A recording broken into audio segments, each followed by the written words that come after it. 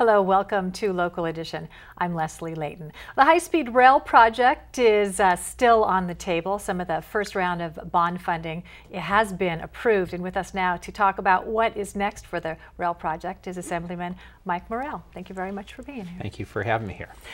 So let's talk about that high-speed rail project. You know, first of all, things like high-speed rail, mass transportation, it typically works better where it's a high-density area. For an example, the city of New York has 7 million people clustered within 14 square miles. So, I mean, they have a need. You can, wherever you get off on the subway, you usually have no more than a 1 or 2 block walk to your destination.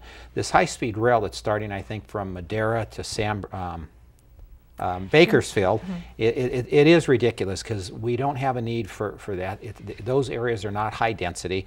Another thing, that's a very expensive project, and there are no private investors that want to invest in that because they look at it as a money-losing proposition, just like the high-speed rail in Japan.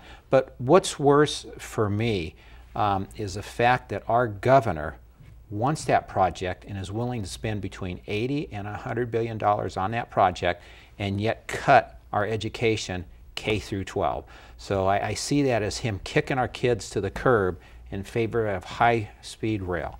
And yet in some polling, as high as 71% of the citizens of California do not want high-speed rail because it's too much money and it's not going to be effective right now. Some would argue, though, in a down economy, it is the time to build infrastructure, that the build it and the rest of it will come, that California will prosper later down the road, that it's better to have people at least working instead of being on unemployment in building this.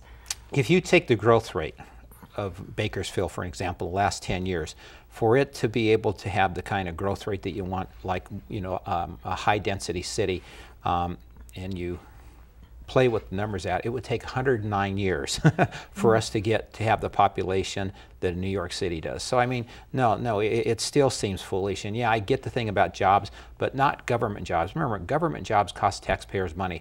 If you pay somebody 100 grand, usually what we invest in their retirements is about 47 cents on every dollar. So even if they are taxed the full 100% of their salary, or they spend 100%, between their pensions and their health care, I mean, they're way over 140, 150,000. So you want private jobs, not government jobs. Now you say the money that goes for the high-speed rail is money that's being taken away from education. No, not necessarily taken away. Education's being cut, but we have all this money over here for high-speed rail. What I'm saying, as a critical time when California rates somewhere between 46th and 48th in our educational thing, I think our kids are more of a priority than high-speed rail. I think that money should go into our school education system. Well, some make the argument that education isn't really being cut. It's just a manipulation by the governor to allow his tax initiative to be a little more appealing. So is education really being cut at the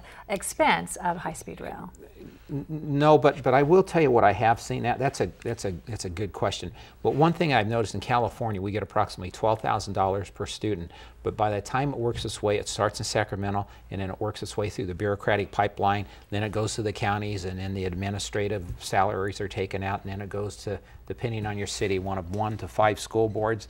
By the time it reaches my classrooms within my district, it's approximately $5,000. So $7,000 is being washed down, and a lot of it is in administrative costs. And so, I mean, I think we have enough for education if we were to send that money from Sacramento back in the local municipalities so that the parents, the PTAs, the school teachers, and the principals can manage the money down here.